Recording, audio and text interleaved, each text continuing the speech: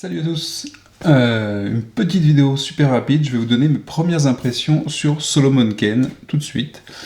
Donc, pour situer le contexte de ce que je vais vous dire tout de suite, j'ai pas fait un acte complet, d'accord.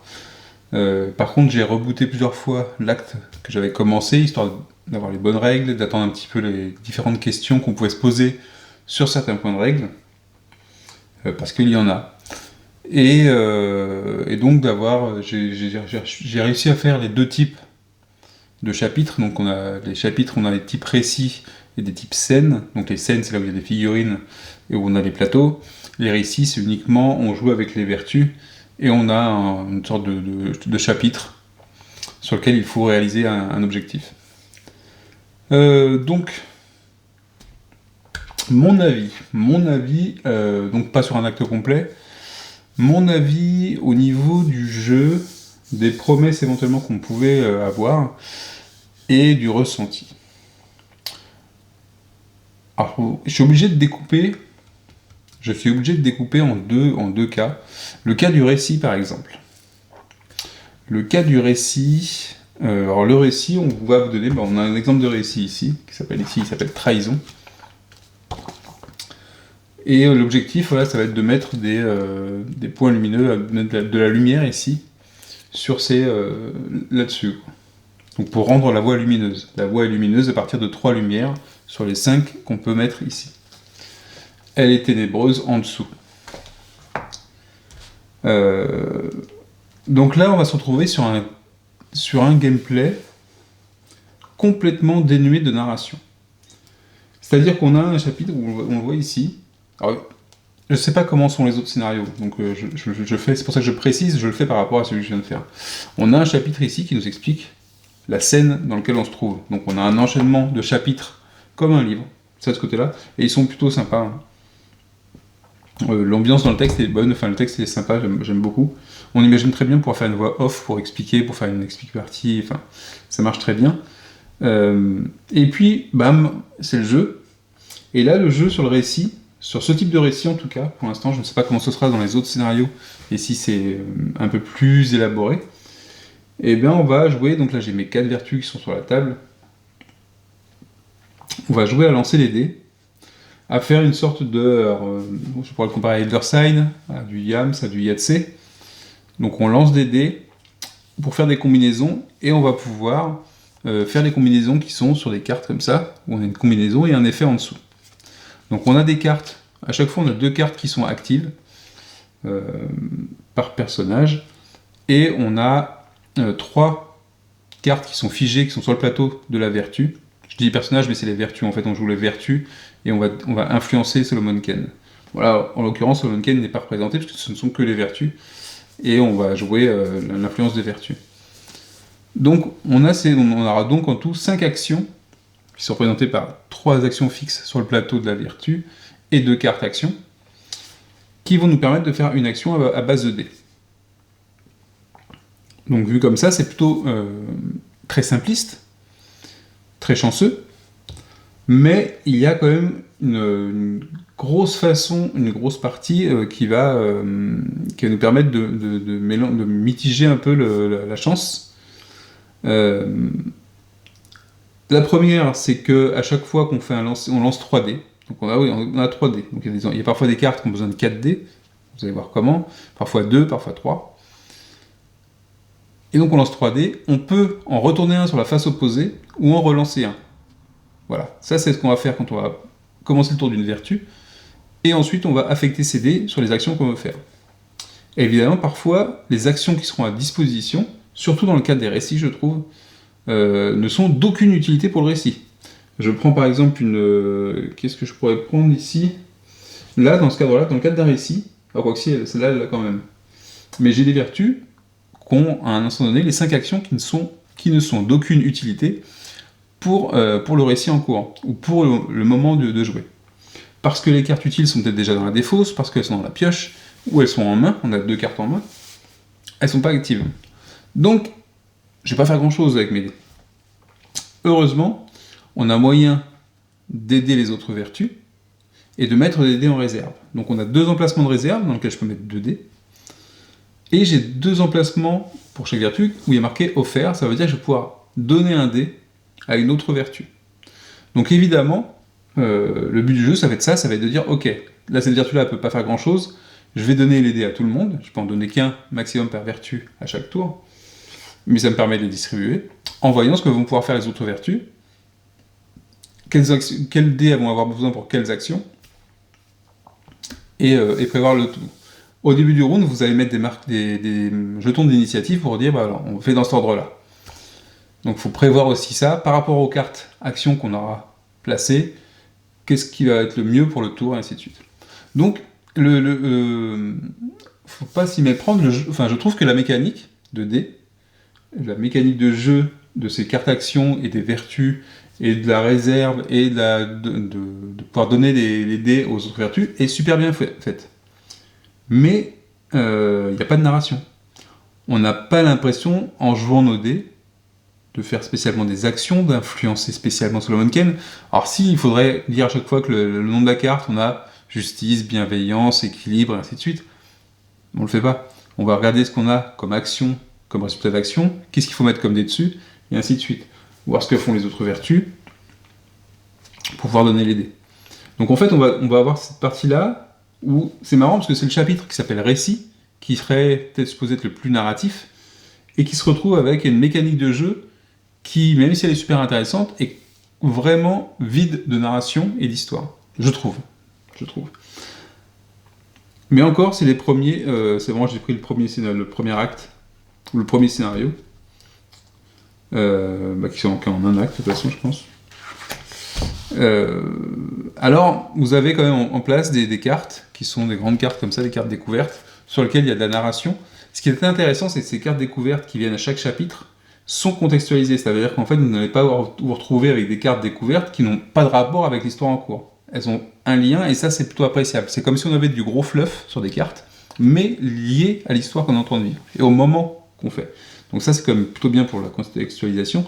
Mais je trouve que dans le flow du jeu, c'est très light. C'est très light. Voilà, donc ça, c'est pour le côté récit, c'est un peu décevant. Mais je trouve le truc sympa. Au départ, j'étais un peu surpris comment ça marchait, puis j'avais l'impression qu'on ne pouvait pas gagner, enfin que c'était super difficile, parce qu'il y a une notion de timer aussi, avec des cartes d'obscurité, des cartes darkness, qui dans le cadre des récits, il va falloir essayer d'en rajouter pour avoir plus de temps pour pour mettre nos lumières en place. Donc voilà. Mais bon, ça fonctionne bien, la mécanique de dés fonctionne très bien. Et c'est cette même mécanique de dés qu'on va retrouver sur les scènes qui, elles, se jouent sur des plateaux. Donc là, sur les plateaux, les mécaniques de dés, on aura déjà beaucoup plus d'actions disponibles, parce que toutes les actions seront presque utiles sur les scènes. On pourra déplacer Solomon Kane, on pourra faire mettre en jeu les vertus sur le plateau, pour donner des avantages à Solomon Kane. Voilà, il y aura plus d'actions. Après, évidemment, il y a parfois, on va avoir des vertus qui sont une spécialisée dans le combat, l'autre dans la discussion. Si vous êtes dans une scène où il n'y a pas de possibilité de discuter, toutes les actions de discussion, elles sont inutiles. Donc voilà, il faut trouver les vertus qui n'auront pas de gros intérêt à un moment donné, et on s'en servira parfois même pour commencer le tour de jeu, histoire qu'elles puissent donner les dés aux autres, et que les autres vertus aient plus de dés pour faire leurs actions qui seront plus utiles. Donc c'est aussi quand même plutôt intéressant, c'est qu'en plus de cette gestion des dés à répartir pour optimiser les actions finalement, donc on va vraiment avoir un mélange d'optimisation des actions avec les dés, donc entre la relance qu'on va pouvoir faire. Il y a une notion de cube blanc et de cube vert. Alors le cube vert, c'est pas tout de suite, mais le cube blanc peut remplacer n'importe quel dé, donc ça peut être très utile aussi. Vous avez des actions qui vous permettent d'en rajouter dans une sorte de nuage, qui est une sorte de réserve en fait de ce genre de pion. Et il y a une notion de timing aussi à gérer en fonction des cartes d'obscurité, en fonction du moment où vous allez voir terminer le scénario. Il y a parfois où vous allez vouloir ajouter des cartes pour prolonger la durée du chapitre, et parfois vous allez vouloir la raccourcir. Pour dire, une fois que s'il n'y a plus de cartes Darkness à piocher, qu'on a terminé le tour, c'est-à-dire qu'il y a assez de lumière pour clore le chapitre, c'est bon, on va pouvoir passer au chapitre suivant, en ayant réussi celui-là.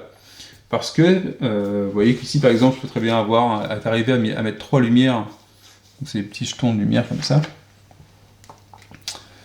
Et puis, s'il reste une carte Darkness, que vous ne l'avez pas fait éliminer, vous la piochez, potentiellement cette carte Darkness, elle peut vous retirer une lumière.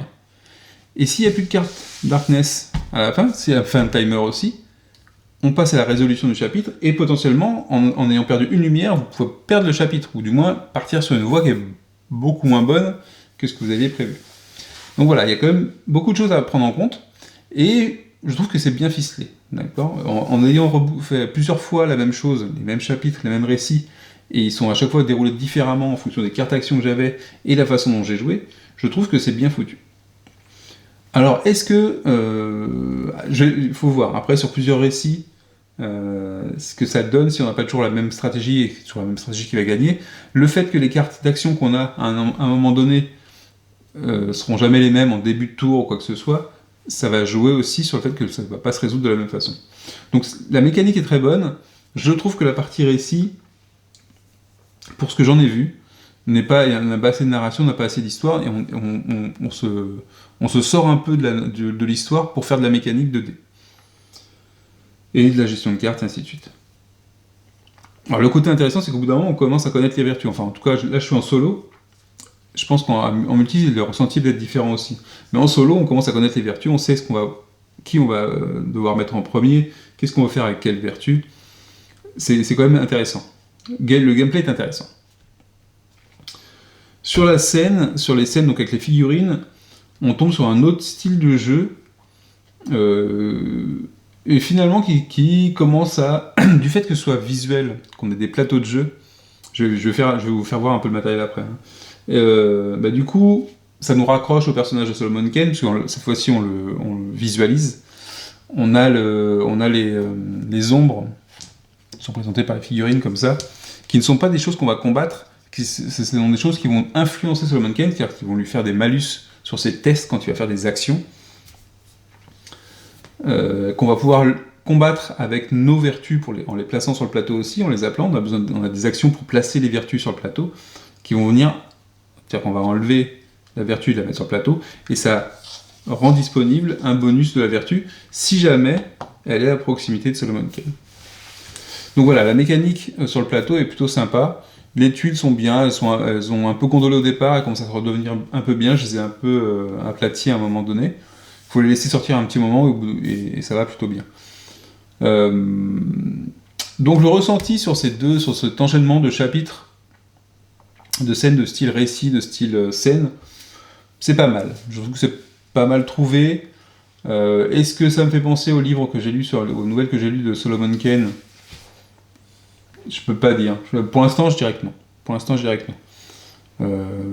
C'est intriguant, mais parce qu'en fait, les chapitres, c'est vraiment des petits passages. On est vraiment... Un chapitre, ça va être... ils sont en train de fouiller une chambre. Ils viennent d'arriver, ils rentrent dans un couloir. C'est un chapitre. Ils cherchent un bout de bois, c'est un chapitre. Donc, voilà. Alors, c'est vraiment le premier scénario. C'est mes premières impressions. Je referai une vidéo beaucoup plus tard, je pense, quand j'en aurai fait quelques-uns, pour revenir là-dessus. Donc c'est assez intéressant comme démarche, en tout cas, de gameplay, d'avoir associé ce gameplay à des petites scénettes. À chaque chapitre, il y a vraiment une petite scène, c'est vraiment des petits chapitres de l'histoire. Je pense que c'est nécessaire aussi d'avoir ce genre de petits débuts, je suis vraiment qu'au début de l'acte, de petits débuts doux, très courts, pour pouvoir monter crescendo dans l'histoire. Et j'espère évidemment que ça va aller en montant jusqu'à une conclusion. Et que ça fasse pas ça et pouf, comme un soufflet qui tombe. Mais voilà. Donc la mécanique est solide. En plus de ça, on a un tableau, je vais vous faire voir le matériel, on a un tableau avec les différentes caractéristiques qui sont influencées par les vertus pour Solomon Kane, donc la force, la lucidité, la compassion et le danger. Le danger qui va aussi influencer le nombre d'ombres qui pourront arriver sur le plateau. Donc c'est des critères qui sont en permanence, qu'on soit en récit ou en scène, les caractéristiques peuvent varier, et elles vont avoir une influence à certains moments, donc par exemple lors des scènes, lors des combats ou lors de l'exploration. Donc il faut aussi, quand on fait les récits, c'est pas le tout d'aller chercher les lumières pour compléter le récit, il y a des moments où il va falloir préparer sans savoir, en fait, quand on connaît pas encore l'histoire, c'est-à-dire qu'on n'a pas encore joué une première fois un chapitre, on sait pas ce qu'on va avoir besoin, on sait pas ce que ça va être, si ça va être du récit ou de la scène, et du coup, il va falloir un peu préparer aussi ses vertus à une éventuelle scène où il y a du combat, où il y a de l'exploration, et tout ça, ça vient renforcer en fait l'intérêt du jeu de dés, et des cartes et l'optimisation. Donc en termes de gameplay, je le trouve très bien. Je trouve très bien, mécaniquement parlant. Et intéressant. Donc voilà, pour le jeu, pour l'instant, j'ai un bon ressenti. Pour l'histoire, moyen pour l'instant entre le côté narratif et le côté mécanique de jeu. Et ensuite, les quelques critiques que je vais faire, c'est le livre de règles. Alors, le livre de règles, il est beau, il est quand même bien fourni, pas difficile à lire, mais je trouve pas super clair. Alors, le jeu n'est pas facile à expliquer, je trouve. Il n'est pas forcément facile à expliquer. Les explications y sont. Parfois, c'est un peu trop vague. C'est-à-dire qu'on ne va pas assez dans le détail, ou on ne prend pas assez un exemple. On pourrait très bien prendre le premier scénario du premier acte, ou les deux premiers, le premier récit, la première scène, et faire un exemple pour voir comment ça se déroule. Même sans spoiler, par exemple. Ce qu'il y a, c'est dans le livre, il y a un index qui se trouve à la fin. Et vous avez aussi, juste avant, un truc de référence. Et il se trouve que... donc on a des explications des mots. Ces explications-là, on les a pas avant. D'accord ? Donc on va parler de certaines notions dans les règles. Mais il va falloir aller... Quand on va tomber en jeu dessus, en plus on nous dit que c'est pas la peine de tout lire, mais on va lire les règles quand on en aura besoin, mais si on cherche le mot... Alors soit on va dans les références, si on ne le trouve pas, on se dit « Ah mince, c'est dans la règle, donc je vais aller voir l'index ». Et parfois on se dit « Bon non, je vais aller à l'index directement ». Et il est possible que le mot que vous cherchiez, il soit pas dans l'index, mais il soit dans la référence, il soit dans l'index et dans la référence. Et donc voilà. Donc ça veut dire que dans l'index, il n'est pas complet. Donc pour moi, l'index qui n'est pas complet est inutile. Alors, ça aurait été bien que les références fassent une fiche à part, peut-être. Ça aurait été plus sympa. Quand je joue avec les 4 vertus, je joue pas avec la vertu Providence qui permet de remplacer les 4. J'avais envie d'avoir l'expérience multijoueur en fait, comme ça j'avais les règles complètes. Sinon en solo, vous pouvez très bien jouer la vertu Providence, qui a des stats boostées un petit peu, qui est un peu plus puissante, pour pallier au fait qu'on n'ait pas les autres vertus. Vous pouvez également jouer avec une seule vertu, 2 vertus, 3 vertus, et avoir les plateaux des autres vertus. Vous n'aurez pas de carte action à gérer, vous n'aurez que les actions principales. Le plateau d'une vertu, il est comme ça. Et vous avez les trois actions de base de la vertu, et de chaque côté, vous aurez 2 cartes action en plus. Donc vous pouvez très bien utiliser une ou 2 vertus avec les cartes actions, et les 2 autres sans les cartes actions, par exemple. Moi, je trouve pas que ce soit compliqué à gérer d'avoir les cartes actions et d'avoir toutes les vertus. Donc voilà pour moi mon ressenti là-dessus. Donc au niveau du livre de règles, ouais, il y a des manques de précision, il y a des choses bizarres, il y a des choses qui sont pas dites. Alors peut-être que le fait d'être joueur, on se pose parfois des questions pour rien, mais notamment il y a eu des questions sur lesquelles on a eu des réponses il n'y a pas longtemps, sur les lignes rouges sur les plateaux, où finalement c'est des lignes qui vous empêchent de vous déplacer, mais ça ne vous empêche pas de faire un combat. C'est-à-dire qu'on peut combattre à travers un mur. Peut-être pour simuler une ouverture dans la fenêtre ou un truc comme ça. On peut pas passer à travers, mais on va pouvoir combattre à travers. L'influence des auras, les ombres peuvent pas passer à travers les murs, mais vont pouvoir avoir de l'influence à travers le mur. Idem pour les vertus. Donc voilà, c'est des choses il faut le savoir une fois, mais c'est pas super clair dans la règle. C'est même pas précisé d'ailleurs, je pense. Donc il faut... L'autre chose aussi, c'est que la fin de chapitre, elle arrive en fonction des cartes Darkness, qui sert de timer, donc c'est quand on manque de temps. Vous avez cette intégration de cette fin de ce timer et la fin du round des vertus qui est pas super bien précisée, je trouve. On ne sait pas si finalement, quand on a le timer qui s'arrête, est-ce qu'on continue notre tour ou pas.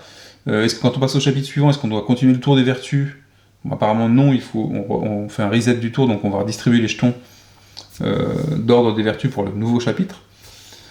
Voilà, tout ça, c'est pas super clair. Pourtant, les paragraphes sont prévus pour ça, il y a une explication, mais elle est souvent, parfois un peu verbeuse et parfois inutile. Parfois, on nous donne un exemple, on dit bon, ça va se passer comme ça, par exemple comme ça, sans plus de précision. Voilà, c'est pas le top de la règle. Elle est correcte, je trouve, ça m'a pas empêché de commencer à jouer. J'ai pu l'apprendre, j'ai pu jouer. Je me suis posé des questions au moment de certaines actions. Voilà, pour le dénouement, la fin d'un chapitre, on nous dit la fin d'un chapitre, donc ce qui va déclencher le chapitre, il y a un petit symbole qui dit que c'est la fin du chapitre. C'est-à-dire qu'on s'arrête là et on va voir sur le chapitre en question ce qui se passe en fonction des conditions. Et après, il y a marqué appliquer la fin d'un chapitre. Et là encore, on n'a pas un endroit qui regroupe de façon globale et pour tous les cas possibles, en fin de chapitre, si le chapitre s'est déclenché comme ça, s'il est comme ça, chaque matériel, il n'y a pas une liste exhaustive et ça prendrait pas trop de place, hein. C'est seulement que c'est un peu éparpillé. C'est une fois de plus, je trouve, fait un peu comme si on savait déjà jouer au jeu. Donc c'est le petit problème, mais c'est pas catastrophique. Pas catastrophique. On trouve quand même pas mal d'informations. On peut jouer. Et voilà, mais comme dans beaucoup de jeux, on se pose quelques questions. L'autre point que je n'aime pas, ce sont les scénarios là. Vous voyez, ces trucs à spirale. L'idée est bonne, hein. J'ai mon livret à spirale là. Par contre, c'est trop serré, la spirale est trop petite. Et ça va niquer les pages. Je pense qu'ici, il y a toujours du mal à tourner. C'est un peu trop serré. Donc, c'est fait que ici, c'est vraiment ric-rac. Avec les pages se plient là. C'est pas souple. Donc, ça va abîmer le bord des pages ici à l'intérieur de la spirale. Ça, c'est au niveau du matériel. Le reste du matériel est vraiment nickel, hein. Les cartes, les composants, les figurines sont super belles. Je vais récupérer la caméra, on va faire un petit tour du plateau de jeu. Donc voilà le plateau de jeu. Alors moi, voilà comment je suis installé. C'est-à-dire qu'ici, quand je suis en mode récit, je mets mon récit ici, j'ai ma piste de dés qui vient ici, je peux placer mes lumières ici, et puis j'ai mes 4 vertus qui sont tout autour. Mon plateau de valeur ici, que je vous parlais tout à l'heure, hein, qui est bien épais. Donc c'est en double épaisseur, mais les tokens peuvent bouger dedans, faut pas heurter le plateau, normalement il n'y a pas de raison. Il est grand, ce qui fait que sur une grande table, quand on est éloigné avec les autres joueurs par exemple, on voit quand même les valeurs facilement. D'accord. Ici, moi je me suis installé comme ça avec des petits supports, qu'on n'a que 2 cartes en main, ça ce sont les cartes en main de ma vertu. Ici, donc les 3 actions principales de la vertu, les 2 actions actives, la défausse, la pioche. À la fin d'un tour de jeu, quand vous avez utilisé les cartes, les actions ici sont utilisables qu'une seule fois, les cartes. Donc quand j'utilise avec les dés une carte, je la défausse, et ensuite je la remplace par une carte de ma main. Je peux très bien défausser une carte action que je n'ai pas utilisée aussi. Ce qui me permet de faire tourner mes cartes actions. Il n'y en a que 8 par vertu, donc ça peut tourner très rapidement. Parfois c'est utile quand on sait qu'on c'est pas une action utile. Les jetons d'action ici de d'ordre du tour. Alors ils sont bien, mais il faut les peindre, hein, parce que du jaune comme ça, pour voir le numéro, c'est pas pratique. Idem pour ça c'est les points de spawn. Ça c'est les points de spawn des ombres. Donc il y a X, Y et Z. Hein. Donc voilà, il faudra les peindre parce que pour les voir de loin c'est pas pratique. Donc ça c'est bien. Je trouve qu'ils auraient dû faire des jetons en carton pour un peu plus lisible. En plus de ces tokens en plastique, ça aurait été mieux. Ici, vous voyez qu'il n'y a pas trop de tokens dans le jeu. C'est plutôt tranquille. Ça se gère. Les figurines, je vais vous dire, les figurines, je pense que vous les avez vues sur pas mal de vidéos. Elles sont plutôt sympas. Ça, c'est les vertus. Donc vous voyez, je vous ai dit sur les vertus, quand vous retirez la figurine de la vertu et que vous la placez sur le plateau dans un mode scène, vous avez ce bonus qui est disponible si jamais la vertu est en proximité de Solomon Kane. Proximité, ça veut dire qu'elle est sur la même zone ou qu'elle est adjacente. Ici, j'ai une figurine de Solomon Kane aussi. Donc on est sur la bonne figurine, hein, c'est vraiment sympa. Elles ont l'air un peu fragiles au niveau de tout ce qui est fin, comme les épées. Faut faire attention, faut pas que ça tombe dessus, sinon ça pète. Mais franchement, c'est super agréable. Alors c'est pas forcément avec ça qu'on va jouer le plus.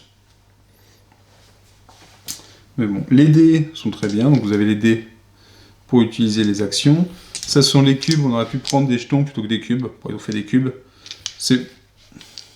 Ça fait bizarre d'avoir ça ici avec des petits symboles qui représentent chacun des vertus, je crois.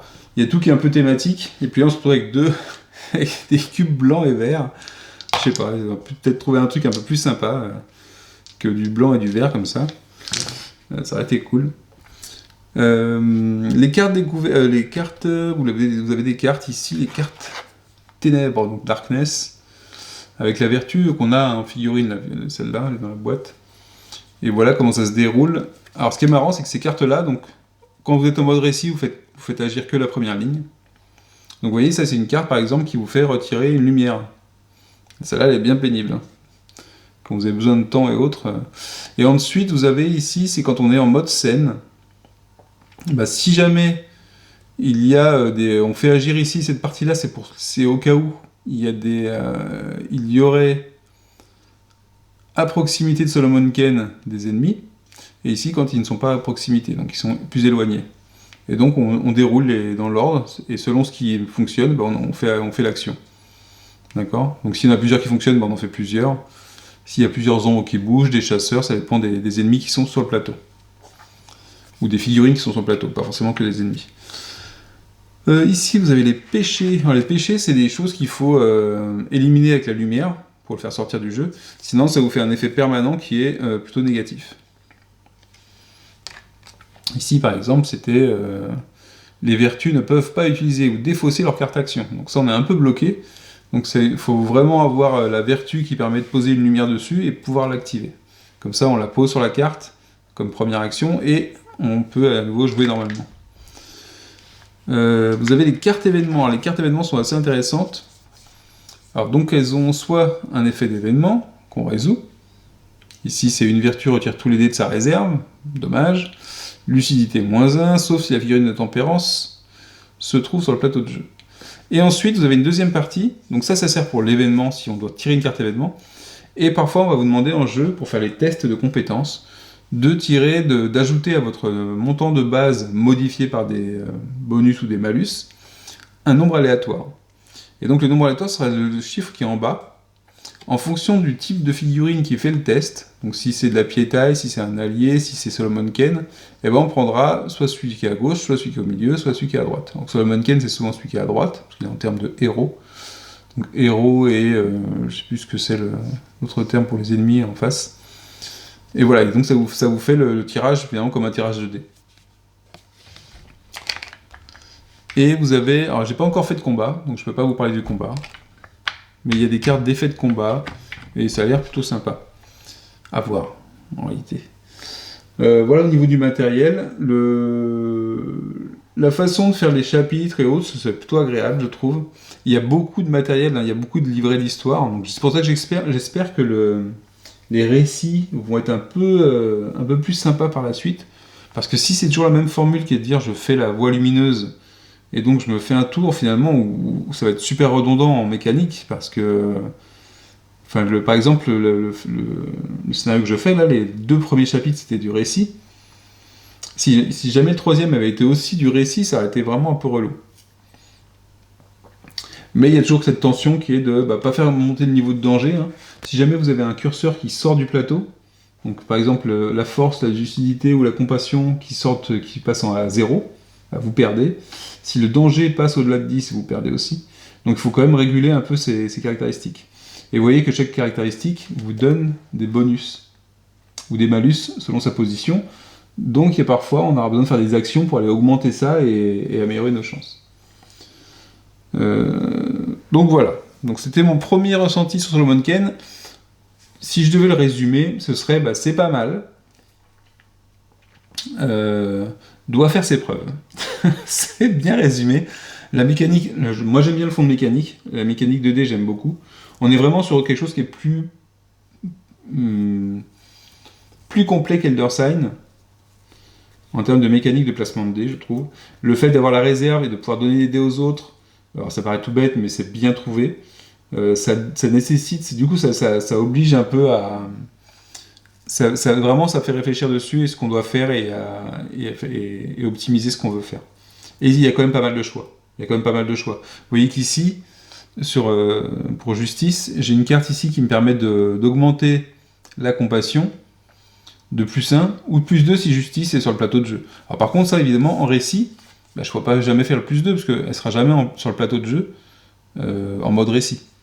Donc ça peut être aussi un peu frustrant, c'est qu'il y a des capacités qu'on a qu'on ne pourra pas utiliser. Discussion X, alors le X est remplacé par le nombre de vertus qu'on a placées sur ce plateau-là. Donc pour ça, il faut faire des actions qui sont comme poser une lumière. Je pourrais la poser ici ou sur mon scénario. Et du coup, discussion X prendra la valeur du nombre de lumières qui sont positionnées ici. Ça me permettra de faire un test de discussion. Donc voilà, on a différents choix. Ici, il y a poser. On peut aussi dire, tiens, plutôt que de rien faire, je vais poser 2 dés blancs avec cette action. Ça me permettra d'avoir des jokers pour n'importe quelle vertu. Le joker aussi, on a un joker. Sur les dés, il y a 2 phases de joker. Ça, c'est le joker, la croix. Donc c'est quand même. Je trouve que j'en tire beaucoup des jokers d'ailleurs. Je sais pas si le fait qu'il soit gravé, ça fait quelque chose. Tiens, j'en ai lancé un. Donc je trouve que ça tombe plutôt souvent dessus. C'est pas mal. Tant mieux. J'ai pas l'impression d'avoir la malchance au dé pour l'instant. D'accord, parfois on peut pas tout faire, mais globalement j'ai plus l'impression d'avoir du choix dans ce que je veux faire tout le temps. Entre donner les dés, les garder en réserve, l'utiliser sur une action, est-ce que je fais cette action-là tout de suite, est-ce que je risque pas de la faire pour rien si la carte Darkness elle est pas bonne. Non, la mécanique est bonne. Soyez rassurés en termes de gameplay, je trouve. Si vous aimez le placement de dés, parce que on est loin. On n'est pas du tout sur un style de jeu d'aventure dont on a l'habitude. On fait vraiment tout par la gestion des dés. D'accord. Là où Altar Quest, lui, utilise des actions, on choisit sa carte, on sait ce qu'on va faire comme action, on va après l'améliorer potentiellement avec des dés dans Altar Quest. Ici, c'est pas ça. Ici, c'est j'utilise mes dés, je dois les placer, et je pourrais faire l'action à ce moment-là. Mais tout passe par là.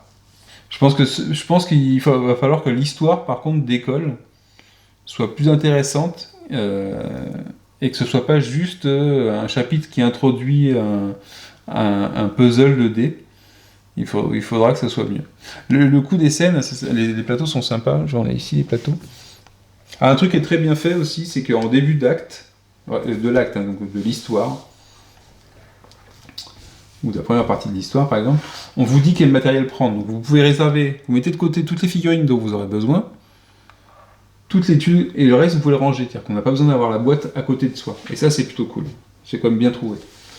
Donc ici les tuiles sont recto verso, ici c'est une tuile d'extérieur je pense, ici une tuile d'intérieur. Donc vous voyez que les zones elles sont découpées comme ça. On a parfois du rouge, le fameux rouge là, on ne savait pas trop ce qu'on pouvait faire avec. Donc le rouge ça sépare bien les pièces. Je le mets comme ça. J'ai le rouge qui sépare la pièce, mais si vous avez une ombre ici et Solomon Kane ici, donc l'ombre ne peut pas passer à travers. L'ombre, il faut qu'elle passe par ici, par la porte.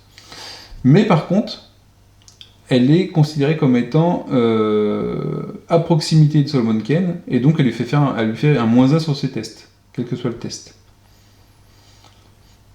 Donc c'est pour ça qu'il faudra avoir amené les vertus. Les vertus sur le plateau comme ça, si j'en ai une ici, et qu'il y a une ombre qui doit rentrer ici, je peux décider soit de repousser l'ombre, et à ce moment-là j'augmente le niveau de danger qui est sur le plateau là-haut de 1, soit je décide qu'elle ne passe pas, et je fais une onde de choc. Alors l'onde de choc c'est quoi? C'est qu'en fait ma vertu retourne sur son plateau, mais par contre, l'ombre qui voulait rentrer et toutes les ombres qui sont à proximité de ma vertu, donc adjacentes, vont repartir aussi, vont disparaître. Donc c'est aussi encore un choix.